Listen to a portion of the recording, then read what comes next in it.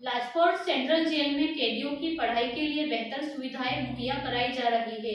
इस बार 22 कैदी 10वीं और 12वीं की बोर्ड परीक्षा देने की तैयारी कर रहे हैं। दूसरी तरफ 3 ऐसे कैदी हैं जो ग्रेजुएशन कर रहे हैं।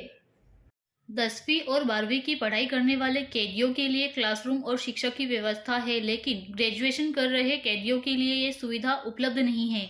ये तीनों कैदी सेल्फ स्टडी कर रहे हैं, हालांकि उन्हें किताबें और मार्गदर्शन दिया जाता है। इन कैदियों की पढ़ाई के लिए जेल प्रशासन ने डिजिटल क्लासरूम बनाया है, इससे वे ऑनलाइन पढ़ाई कर रहे हैं।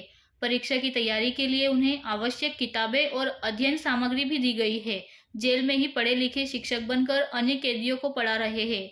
इसके अलावा कैदी जेल में ही ग्रेजुएशन, पोस्ट ग्रेजुएशन और सर्टिफिकेशन कोर्स की पढ़ाई भी कर रहे हैं। पिछले साल लाजपत जेल से 21 कैदियों ने बोर्ड की परीक्षा दी थी, जिनमें से 90% सफल हुए थे।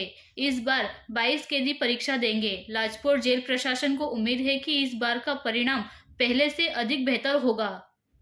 લાજપોર જેલ ખાતે ધોરણ 10 અને ધોરણ 12ની આગામી પરીક્ષાનું આયોજન કરવામાં આવ્યું છે। આપણે સૌ જાણીએ છીએ કે રાજ્ય સરકાર દ્વારા ધોરણ 10-12ની એક્ઝામ લેવામાં આવે છે।